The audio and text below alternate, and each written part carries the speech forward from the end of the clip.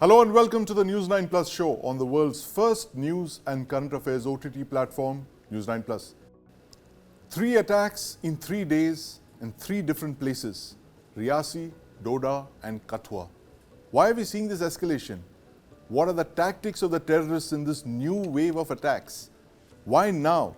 But most importantly, what is the Pakistan army thinking?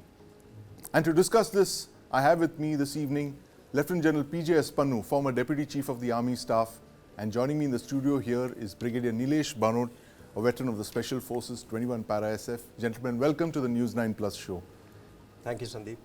General Pannu, I want to start by asking you this. You know, there's that line from one of the Bond movies.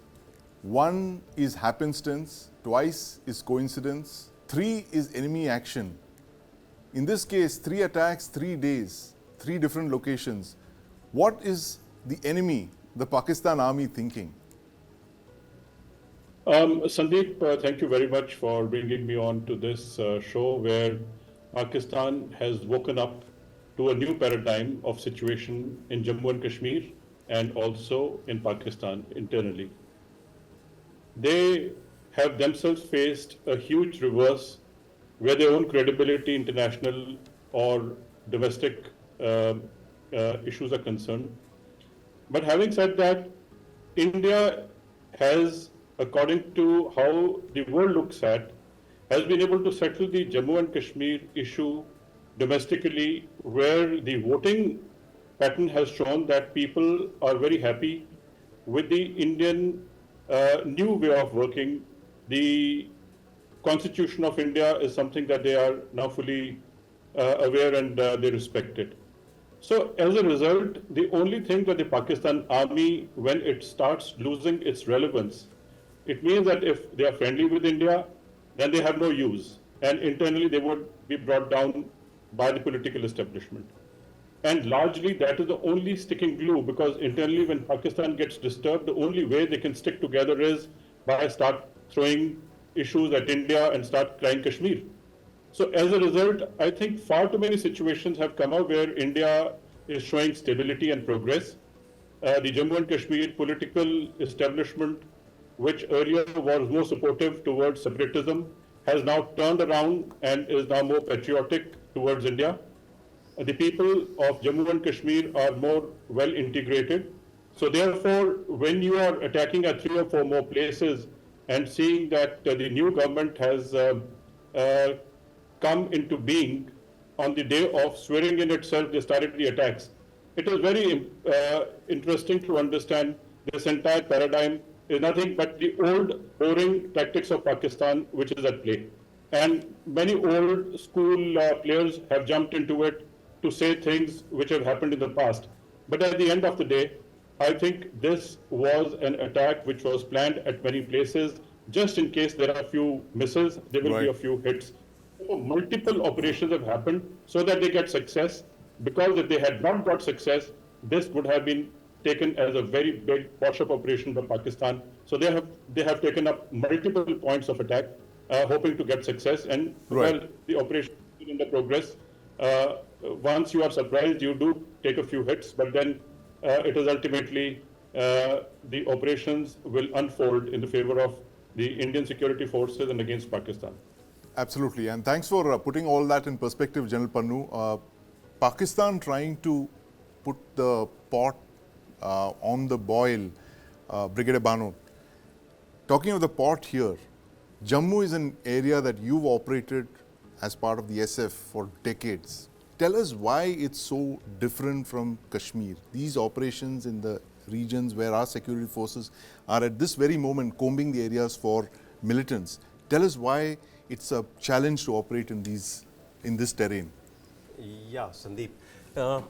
If you see, there are 3 incidents which have taken place. Yes. And the terrain in all 3 are very different.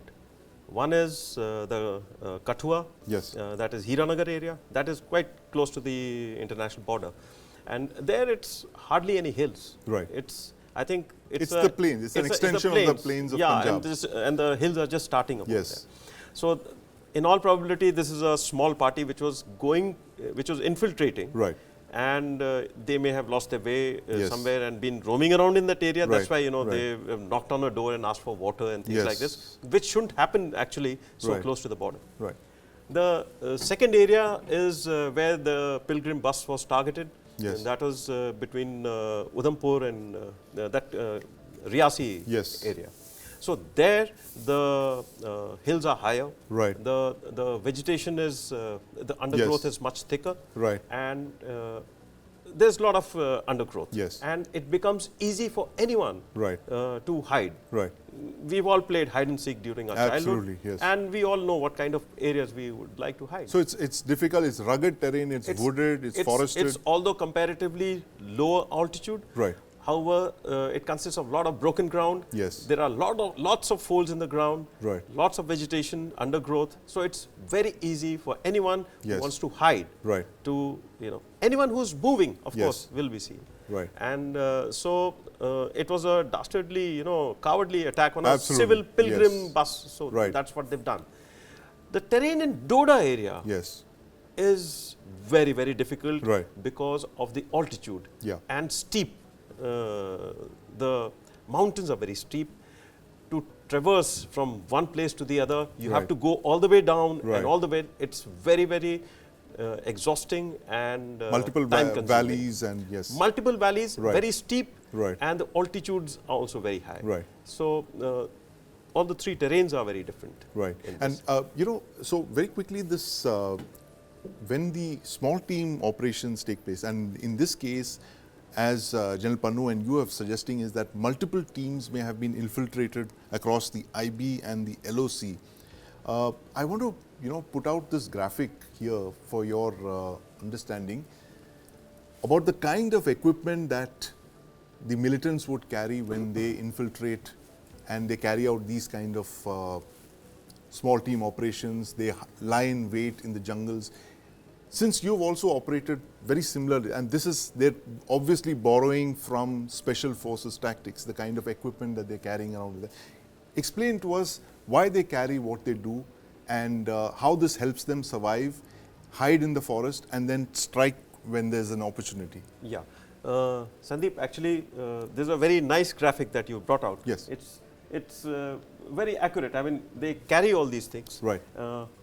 Maybe some more water and some additional rations. Right. Actually, over the years, they have perfected their kits. Right. Earlier, How much weight would they carry, the militants? if when you they go? go by this, Right. typically about 12 to 15 kilos of weight. which Food, they are carrying. water, Food. ammunition, Actually, the they weapons. do not carry much food. Right. They carry those dry fruits Right. as emergency rations. Yes. Otherwise, food they always plan to get locally. Right. Right. And water also they carry very little. Yes. Compared to the way the army operates. Right. So that way, compared to the army, Yes. they are much lighter equipped. Right. Because they They have to move fast. They have to move fast. And they have to hide. They are small Yeah. independent teams. Right. So what new additions you've seen is the night vision binoculars with Right. the GPSs which are there. Right. So they have also advanced Yes. as far as their own kits are concerned. Right. Their rifles are also slowly and becoming much more sophisticated ones Right. with better attachments. And they're using a lot of American weapons like These the are M4 M4 rifles. when they left Afghanistan, I think Yes. it's that same lot number which is Right. trickled down to all these hands. Right, literally tens of thousands of those Absolutely. weapons that have been So left. But- weapons are in no shortage there. Right, weapons not in any shortage, and now they're pouring across the border. But General Pannu, the Pakistan military, as you pointed out, would be very worried with peace returning to Jammu and Kashmir, given the fact that the elections that were conducted there were an outstanding success. They had very high turnouts, which is bad news for those who want to stir trouble in J&K. And finally, the situation is returning to normal. What is their game plan, given the fact that state elections are due in Jammu and Kashmir very soon? The government is to take a view on that.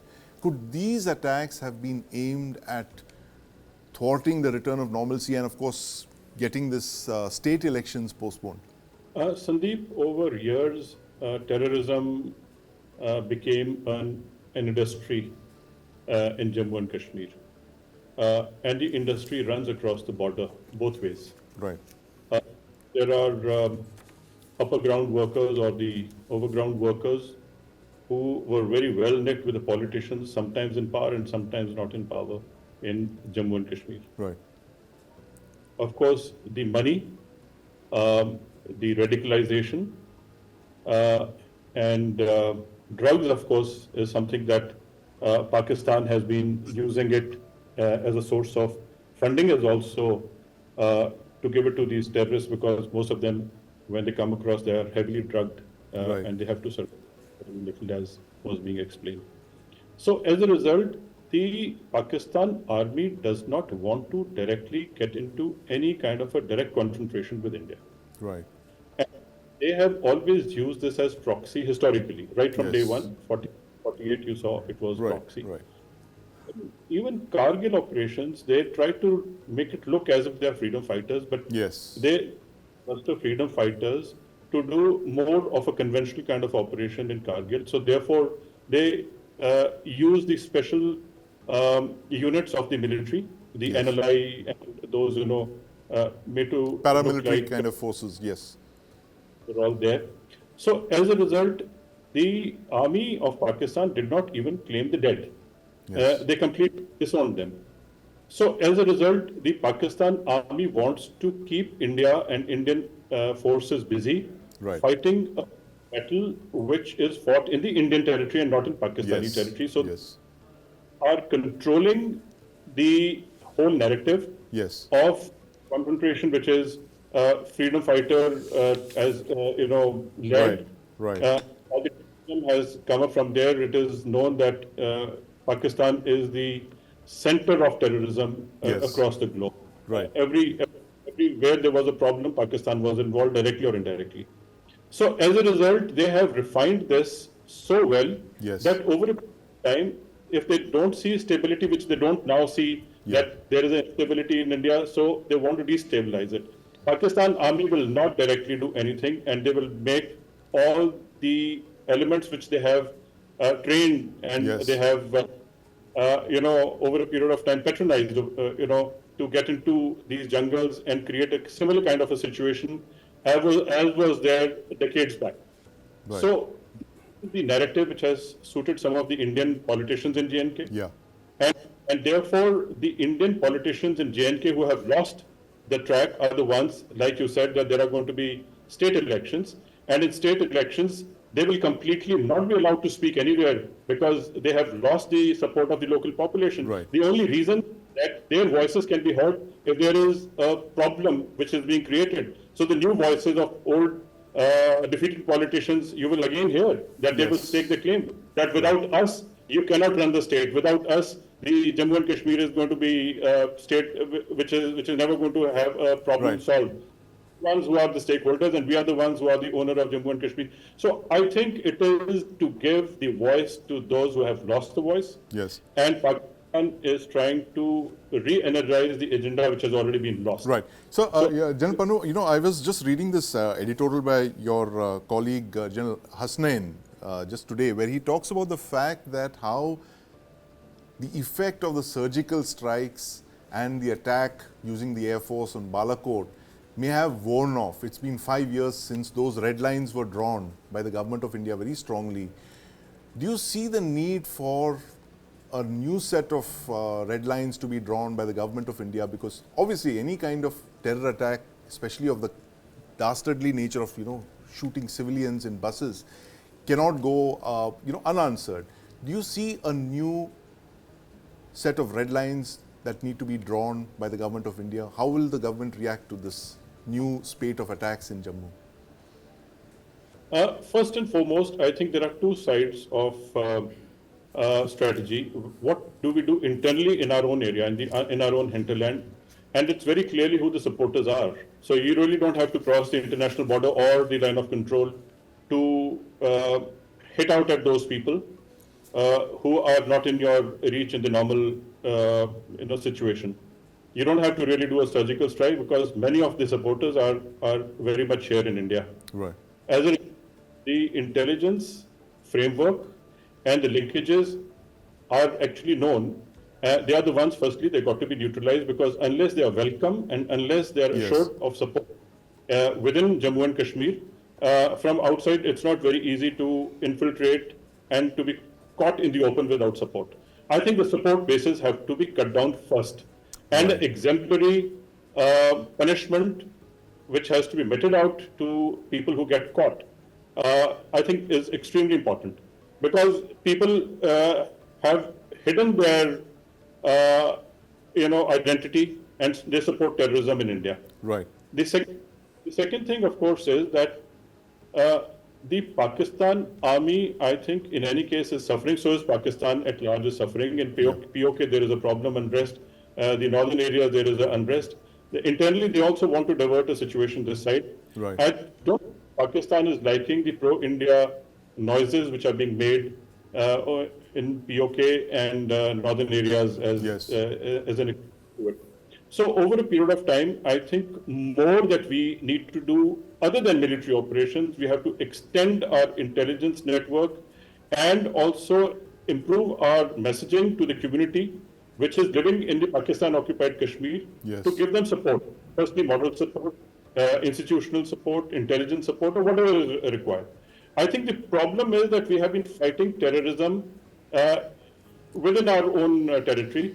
We have to take this battle into the Pakistan territory, whether it is Pakistan occupied Kashmir Yes. or in the northern areas. How we do it, I don't think so. We need to state it. We Right. don't have to say that we will kill you, we will do this, we will do that. We don't have to give out a plan to them. When we strike, we strike. On the day we strike, how deep we strike, which Right. is the target, I think should all come as a surprise. And they will know when they are being hit, they would know it. You don't have to Right. really announce it. Right, absolutely. When we strike, we strike.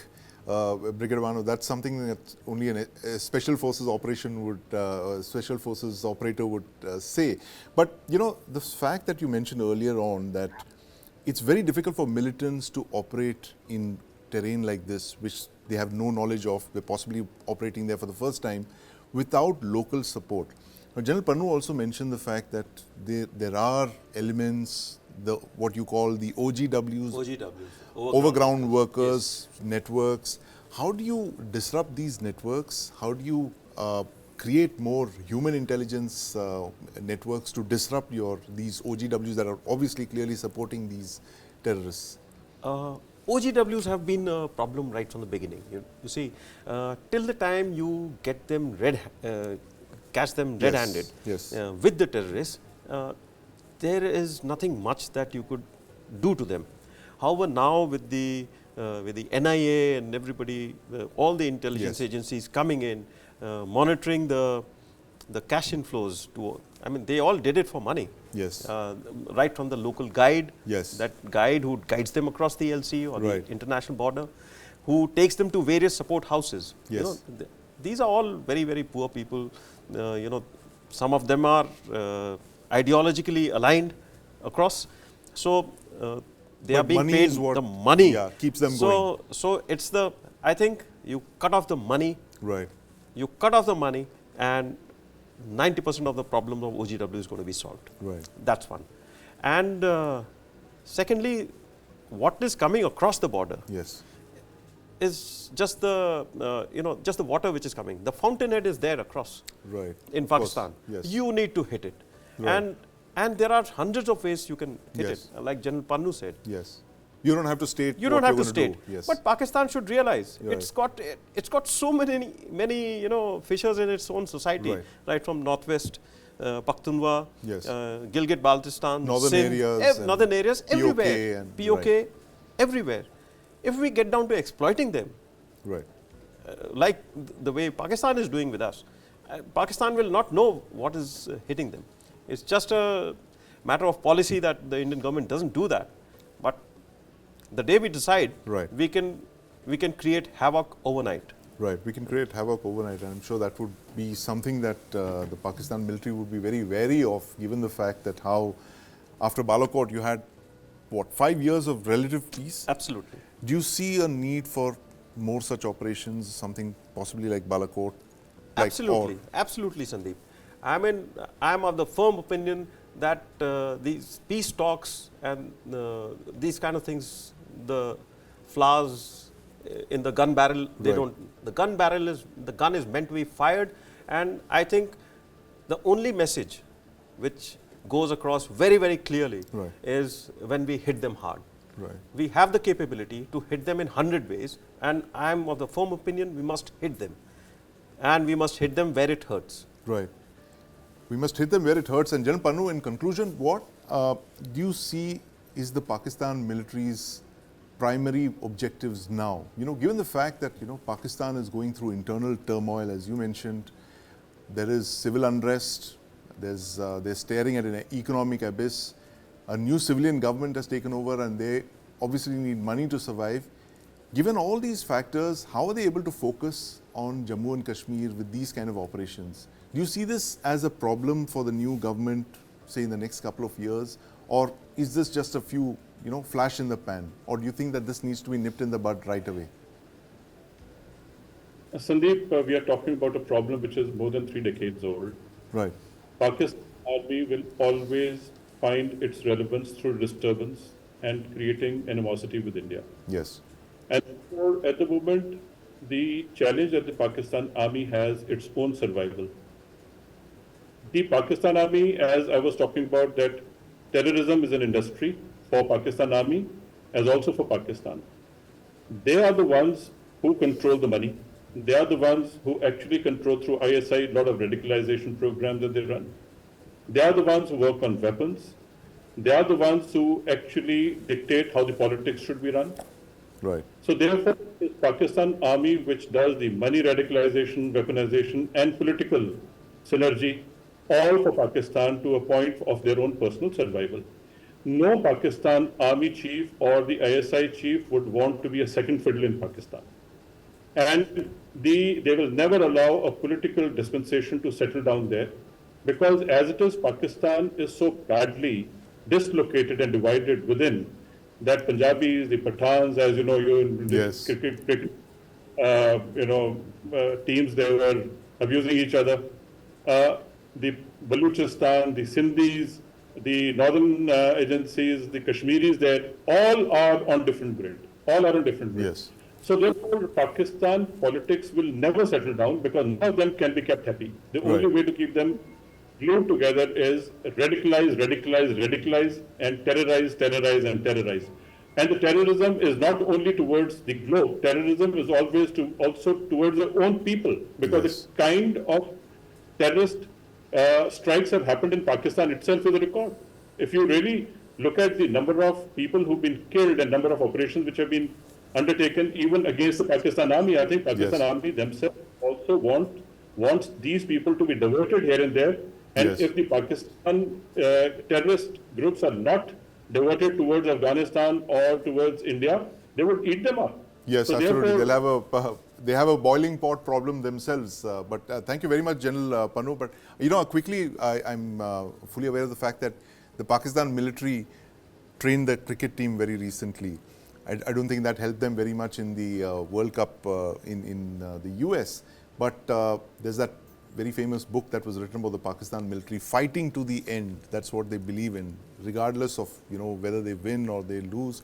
They lose most of the time, but this is their new game plan. Pakistan Army's Mission Kashmir, with a spate of terror attacks in Jammu, a region that's not seen these kind of attacks in several years. But thank you very much, General Pannu, for joining us this evening.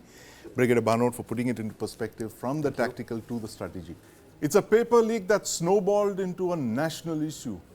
Now that's because the NEET, or the National Eligibility Cum Entrance Test for admission to the MBBS, BDS and Ayush, is one of India's most prestigious and demanding entrance tests. On the 5th of May, the NEET test was conducted across over 4,000 centers. Over 24 lakh candidates appeared for it. The results were expected around the 14th of June, but interestingly, they were declared 10 days before, on the 4th of June. The grace marks resulted in 67 candidates, 6 of them from the same center in Haryana, scoring a perfect 720 out of 720 marks. Now, the Supreme Court has asked for answers from the National Testing Agency, and the central government over this controversy surrounding the NEET-UG 2024. But questions remain. How did 67 students score perfect marks? And why were the NEET results announced on the same day as the Lok Sabha poll results? To talk about this today, I have with me Rehan Chirag Bhuva, a NEET 2024 aspirant. He got 620 marks. Chirag Bhuva, the father of Rehan, and Mr. Rahil Sheikh, the CEO of neetprep.com, and my colleague Ashok Bagaria here in the studio with me. Let's start by understanding, Ashok, this grace marks issue. Explain to us why this has become such a controversy with NEET. Well, before I start, Sandeep, I want to say that this whole NEET examination, since its inception, 2013. 2019, actually NTA took over the conduct of this examination in 2019, and since it has been conducted, and especially the 2024 examination, have been mired into a controversy. Right. First, it was paper leak. Yes. Second, then there was this early declaration of exams. Right. The third, when the exams results were declared, that's when the whole can of worms was opened. Yeah. When people got to know that grace marks had been awarded to over 1,500 students, and over 67 students had secured a perfect score, 720 out of 720. Right. Now, as far as the grace mark is concerned, and this is the most I would say the most controversial thing at this point in time on the table of the Supreme Court and the High Courts. Right. And here, the problem is that when the information bulletin of the NEET exam was released, there was no provision of a grace mark. Right. But when the examination was conducted, what really happened in the examination centers at the ground zero was that wrong question papers were distributed to the candidates. Right. So people wanting question papers in English were given in Hindi, and Hindi were given in English, and vice versa. Right. And this resulted in a loss of time of over 45 minutes to some of the students who were taking the examination. Right. Now, when the results were announced, the NTA said we had constituted a grievance redressal committee to look into the complaints or allegations of time loss. Right. And the grievance redressal committee, which was a 3-member committee, recommended that we give grace marks to these students because they suffered a loss of 45 minutes, and hence they need to be graded accordingly by a process of normalization. So now this has become a very controversial thing, that how did you do it? Right. Please be transparent. How did you determine that this particular marks should be allotted to this candidate? What really happens is, what goes at the root of this grace mark controversy is what usually happens in a situation of when students are taking the exams. They attempt the easy questions or the questions which they know first and leave the ones about over which they are unsure for the second half or at the later half of the time.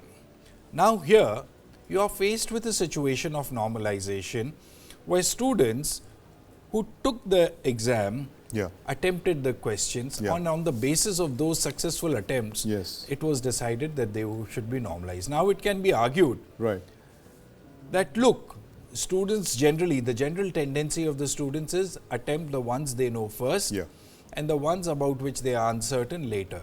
So how can a student who could not have answered these questions or would have got the answers wrong to the question been given grace marks? How could, let's ask a student there. Rehan, you scored over 600 marks in NEET.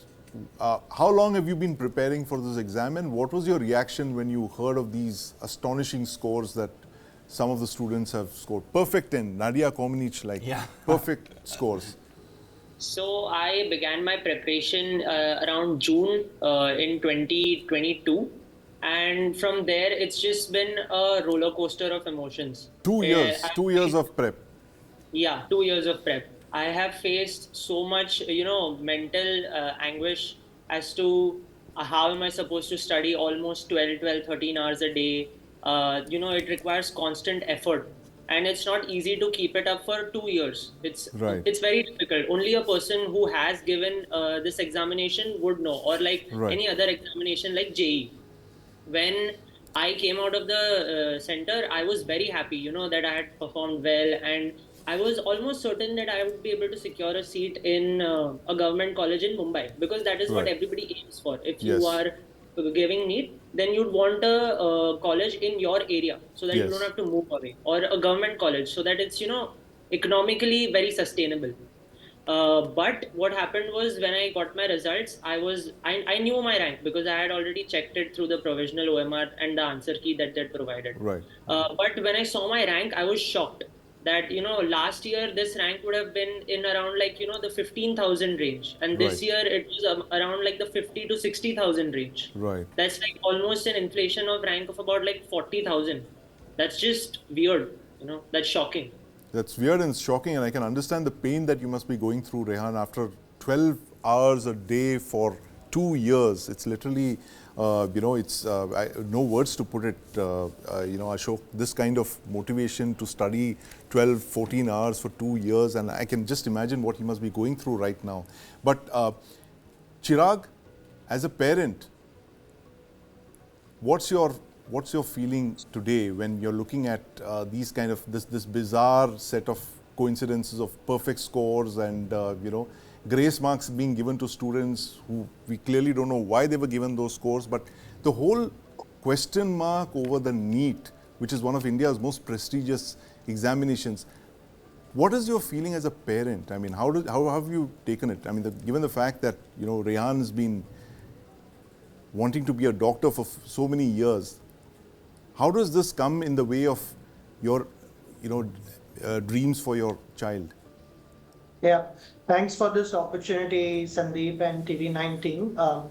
I think in addition to what is already spoken, there have been a lot more irregularities that need to be called out on how NTA has managed this situation. And as a parent, and I'm also right now part of a lot of different groups that parents have formed to Right. just discuss this issue.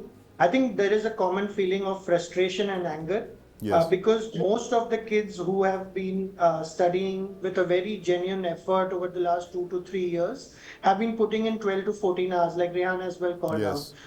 But suddenly there is this inflation of ranks. We Right. spoke about the grace mark just now, but I Yes. do have certain points that I want to call out. Some irregularities which probably are not being spoken so well. Why was the registration opened the second time by NTA when already 19 lakh kids registered in the very first window when it was open for a month? Right. On whose request was it opened? Yes. When it was opened again, for the number of kids that appeared again or registered late in that window, how many kids from that list are above 600 marks? I think NTA should transparently declare that. That's one point. There is a new clause which NTA added in its brochure around the tiebreaker concept. Yes. This is essentially, if 50 kids have got the same marks, how are they going to rank them? And the logic that they've now used is the application number in ascending order, which Yes. means that kids who filed their application early are at an advantage, and kids who did it probably 5 days, 6 days down the line due to technical issues are at a disadvantage and their rank have gone behind. Right. This was not originally declared in their brochure, but now after all these things have started popping up, they have gone ahead and added it in their brochure, which was not there earlier. Right. I think one other key point, Sandeep, that I want to call out is NTA director in the press conference said we are looking at the CCTV and deciding which center got impacted and Yes. how we've given the grace marks based on that time. I don't think it makes any sense for anyone to ascertain how much time was lost by a individual kid and how they're going to probably give those grace marks.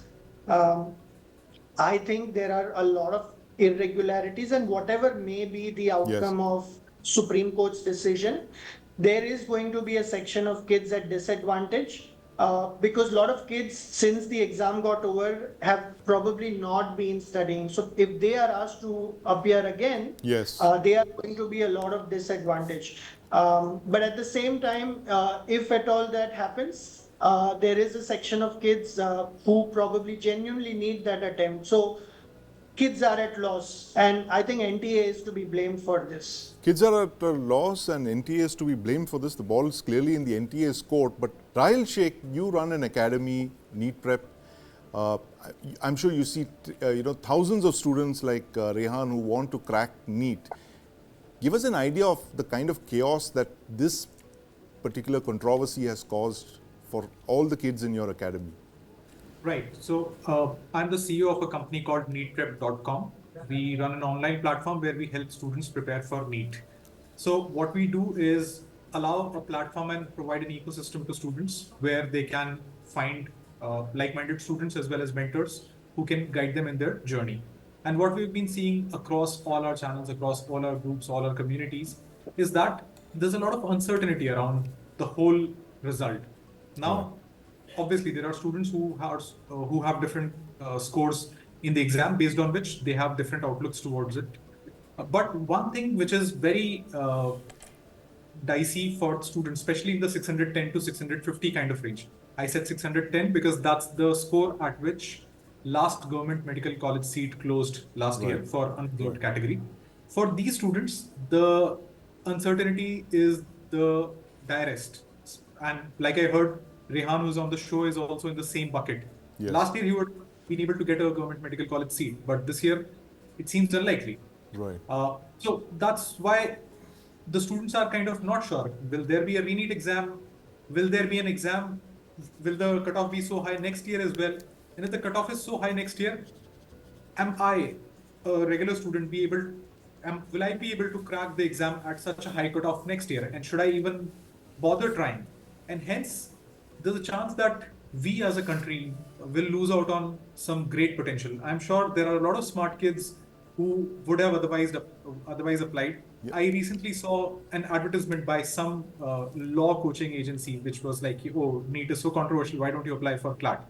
Right. There's nothing wrong with becoming lawyers, but the tricky bit is that we will be losing out on some precious medical talent who would have become doctors and served our nation otherwise. Right, absolutely. And thanks for putting that in perspective, Rahil. Ashok, the ball is again in the NTA's court.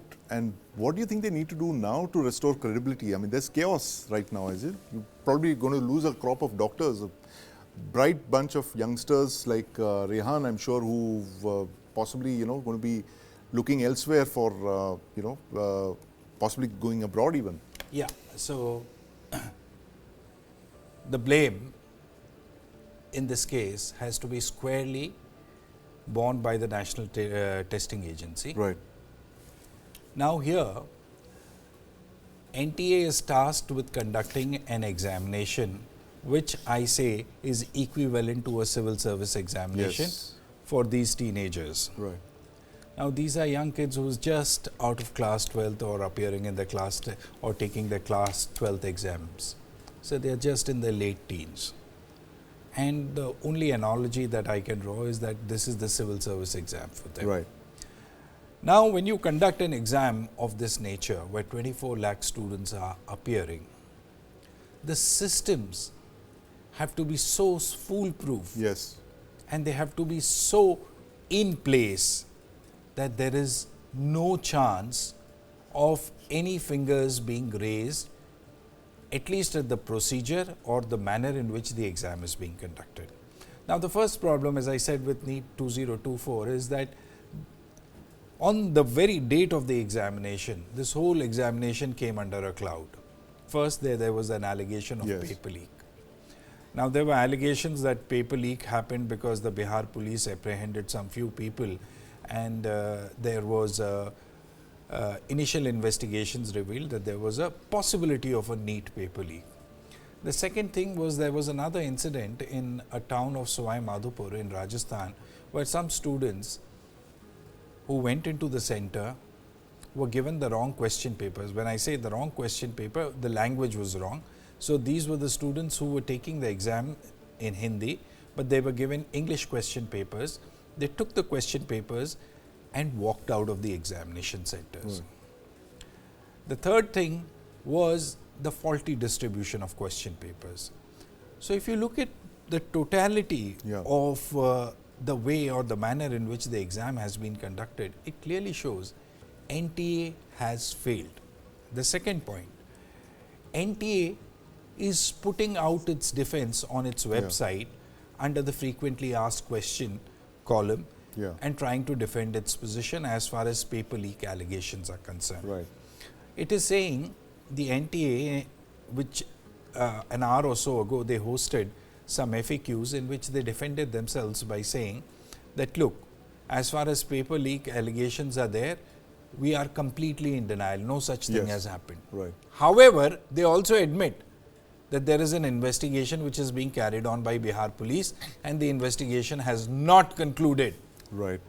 Now, it is on the NTA itself to come out with clean hands and say, yes, there is an investigation which is going on into a paper leak. I don't want to say anything, but if there is evidence to suggest that there was indeed paper leak, NTA should tell the Supreme Court that we want to cancel this examination. You cannot hold the careers of 24 lakh students as hostages. Yes. And you just can't play with their lives, because these are very young kids who are possibly taking a very big exam for the first time, and we cannot expect them to be mature enough to accept the fact that, look, life is unfair, and maybe we need to move on and try some other career. You know, Ashok, since you mentioned the NTA and how it's broken, and you also, earlier spoke about the civil services exam. What are the best practices that the NTA must adopt from these other, prestigious See, it's very simple. It's very simple. The NTA has been conducting this exam for the last 6 years, 5 years. They know every examination, every exam they conduct is a learning experience for that agency. Right. All you needed to know was that, look, first of all, you figure out how many centers you need to have. There has to be a proper security arrangement. There has to be technical surveillance of the examination center. Then there has to be, you have to enroll qualified invigilators for the conduct of examination. You have to ensure that the question papers are not leaked. You also have to ensure that every student reaches the examination center on time. These are very basic things that they have to get right. And in this particular examination, these basic hygiene issues were not adhered to, and that is why fingers today are being raised. Yeah, exactly. And let's ask Rehan about this. Rehan, what is your what are your friends talking about this? Friends of yours who've all taken this exam. Worried, as to what will happen, what lies in the future for us. Because there are a lot of controversies saying that there will be a re-exam. A re-exam, that's what we were told. And for me as a student, a re-examination is possibly the worst thing, because I have put in so much effort into studying day and night. I've lost so much sleep. Or my social life was also not that great when I was preparing for the exam. All in all, it's just been such a tough experience. And then I have to go through this again, that too with such less time for preparing so many chapters. There's almost like 80-90 chapters, and they're big chapters, they're difficult concepts, they're not easy to grab onto, and if you don't revise, they'll go away. So with all these conditions, I'll have to give a re-examination. That's just not fair to me, to a person who has studied fairly for the examination. Yeah, not fair at all. I mean, Ashok, it's like holding the Olympics all over again, because the organizers, made goofed up at the thing. So let's get all the athletes, all that training, let's compress it into a few days and get them to. You're right, and the student Rehan has a point when he says that, look, if you ask me to go through the grind once again, it's just going to kill me. Right. And but I want to tell everybody that, look, when judges are sitting there on the dais, they have to decide. When they decide an issue, you have to give them alternatives. What is the best alternative here? Are you suggesting that weed out the rotten apples? Now, everybody would like that. Even the judges would like that. But how do you identify How do you identify them? Exactly. Rotten apples? What is the second best course? Probably apply the normalization process to everybody. What is the third best alternative? Is conduct a re-examination.